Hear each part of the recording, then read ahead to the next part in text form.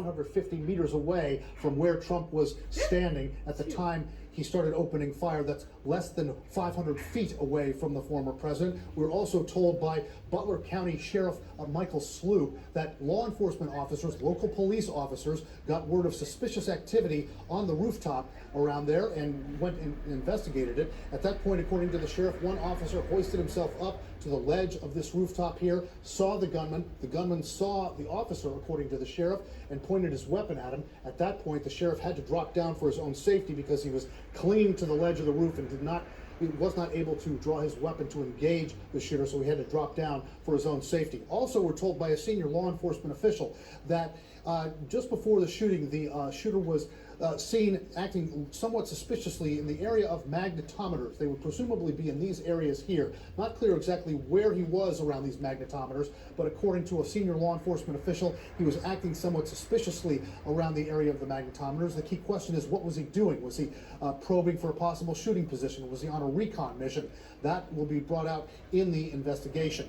Another piece of information that we're getting here is that this is according to Ben Macer, who is a witness who told CNN affiliate KDKA of the shooter's movements just before he took that position. According to Ben Macer, he saw the shooter move from roof to roof to roof in the moments before he took that position to take shots at the former president. So these had to have been these roofs here, because these buildings are all seemingly attached. If this witness saw the gunman moving from roof to roof to roof, it would have been right about there, and these buildings right there.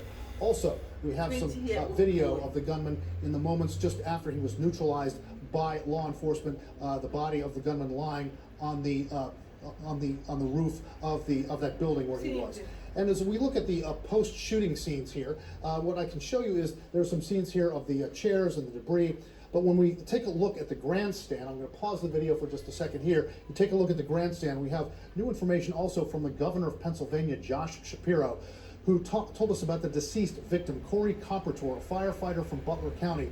Corey Compertor was in these grandstands. He might have been in this one here. We're not sure if he was in that one or possibly this one, but he was hit with gunfire and was killed. But according to the governor, Josh Shapiro, Corey Compertor committed a very heroic act during the shooting. He dove on top of his own family to protect them from the shooting, and of course was killed by a gunshot in the process. Again, we're trying to find out which of these grandstands Corey Compertor was in when he was shot and killed. As we go back to the scene here, we're told that President Biden has ordered an independent review of the shooting, and according to our law enforcement analyst Andrew McCabe, the most basic elements of securing an outdoor site, especially outdoors, is that you have to eliminate the sight lines to where a protectee is standing or speaking. A key component of this investigation is, why was that sight line so close to the former president not eliminated? Brian Todd, CNN, Washington. In the wake of Saturday's assassination attempt, President Joe Biden and lawmakers from both sides of the aisle have condemned the political violence and urged the calm. The political record in this country has gotten very heated. It's time to cool it down. The way we settle political differences in America is through vigorous debates and campaigns and ultimately elections, not through political violence. What a democracy is about is not radical rhetoric. What it is about is a serious discussion of where we are as a nation and how we go forward. We have to see one another as fellow Americans and not enemies. Although the danger of political violence seems to loom especially large in this moment, it has long cast a shadow over America's history. From the violence in the 1960s, including President John F. Kennedy's assassination that fateful day in Dallas in 1963, and his brother Robert shot dead while on the campaign trail just 5 years later.